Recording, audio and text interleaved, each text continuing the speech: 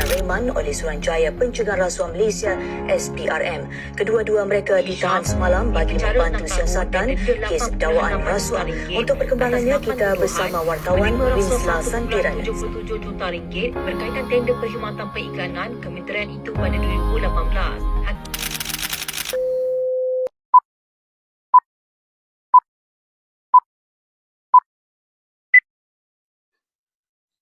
Amir, saya cuma nak ucapkan terima kasih. Kalau boleh, percepatkan sikit proses ni ya. Cik Farid, ini apa ya?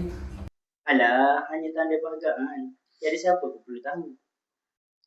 Amir, kau tahu ni salah. Duit ni bukan mudah. Tapi risikonya... Alhamdulillah. Lagipun semua orang buat. Rezeki jangan tolak. Amir, kau tahu tak integriti ni bukan hanya masa orang tua kita, tapi macam mana kita buat pilihan tu. Faham tak?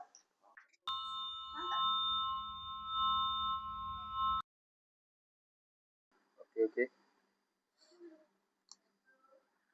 Tapi bang bila fikir balik, abang kan selalu ajar anak-anak saya tentang kejujuran.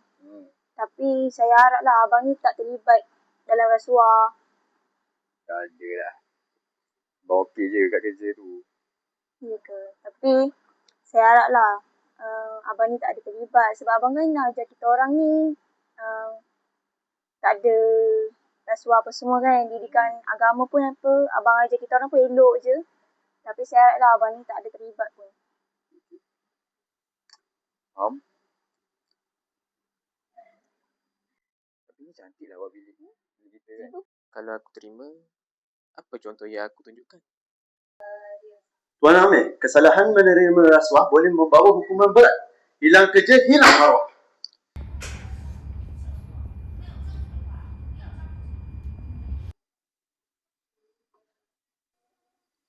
Amir, Ya, Puan. ini kerja yang awak perlu selesaikan. Okey. Awak kena ingat, kita ada dasar zero tolerance to corruption. Ya. Jika ada apa-apa tawaran yang mencurigakan, laporkan segera kepada saya. Baik, Puan. Saya gerak dulu. Okey.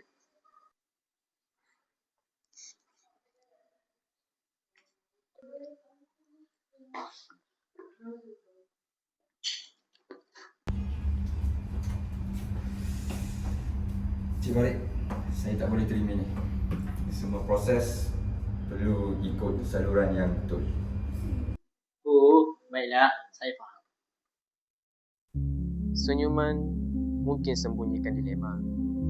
Tapi integriti menentukan siapa kita sebenarnya.